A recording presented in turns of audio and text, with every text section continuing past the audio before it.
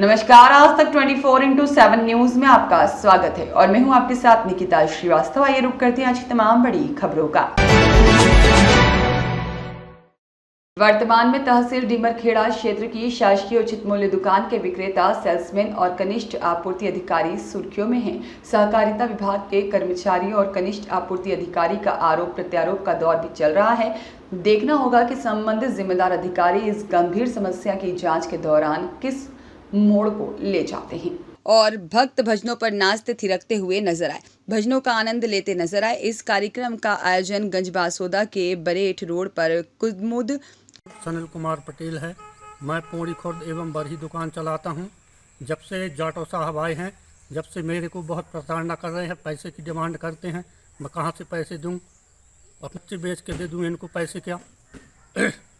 और बाढ़ के टाइम पर माल जो आया था, रखने के लिए जगह नहीं थी। उस माल को मैंने अपने स्वयं के मकान में रखवाया। उसकी जांच करके इन्होंने मेरे ऊपर 12-13 लाख की रिकवरी निकाल दी और इसके बाद पैसे की डिमांड भी करने लगे कि पैसे दो मेरे को, तब मैं केस न बनाऊंगा। किसके द्वारा पैसा की मांग? जाटो साहब द्वारा। ज़बरदस्ती में 150 कुंटल मेरा वो रिकवरी निकाल दिए और 82 कुंटल बाढ़ में ख़राब हो गया था, उसकी भी रिकवरी निकाल दिए हैं। प्रताड़ित होकर 2 बार इस्तीफा भी दे चुका हूं। इसके बाद मेरा इस्तीफा भी मंजूर नहीं किया गया।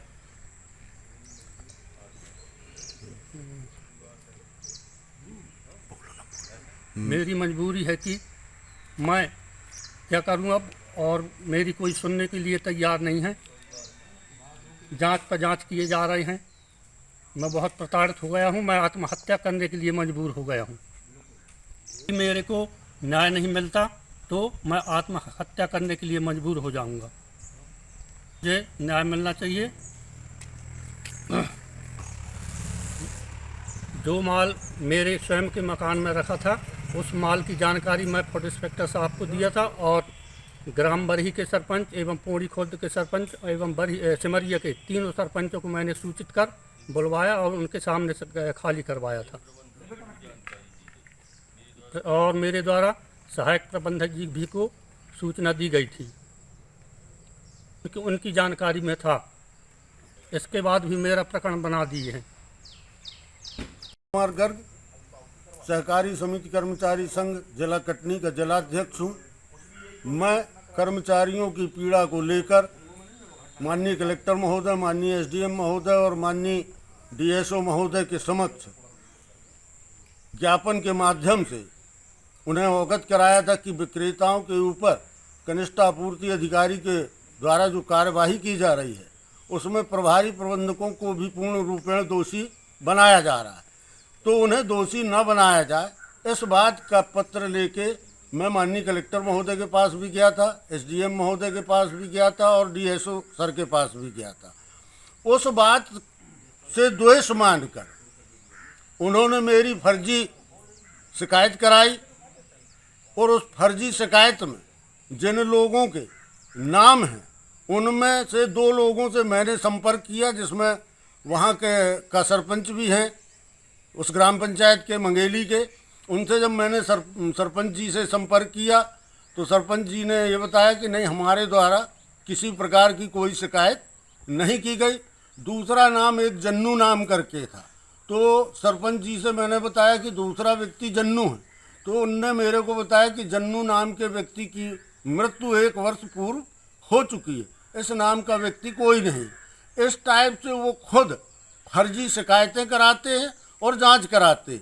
जब मेरी शिकायत थी तो मैं उस दुकान का विक्रेता था, तो उनने मुझे बताना उचित नहीं समझा।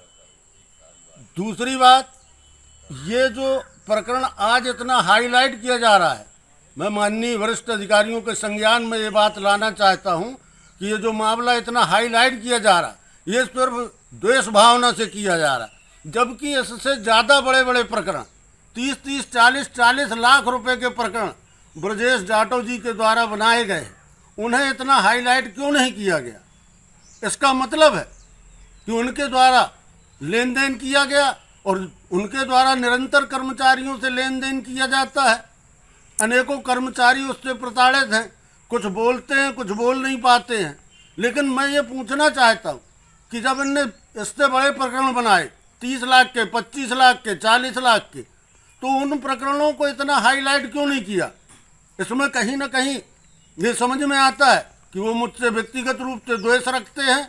और मैं माननीय वरिष्ठ अधिकारियों से, कलेक्टर महोदय से, एसडीएम महोदय से, सभी से निवेदन करूंगा कि इसकी पुनः जांच कराई जाए।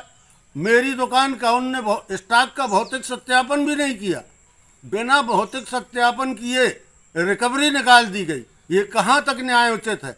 हम छोटे कर्मचारियों की पीड़ा हम किससे कहें? आपसे कुछ डिमांड हुई थी? मेरे से भी पैसों की डिमांड हुई थी, कितने? 20,000 रुपए की। मैंने किसके देने द्वारा? से मना कर दिया। किसके द्वारा? ब्रजेश जाटव कनिष्ठ आपूर्ति अधिकारी के द्वारा। जिनने पैसा देने से मना किया उनके प्रकरण बनाए जा रहे हैं। कुदमनूद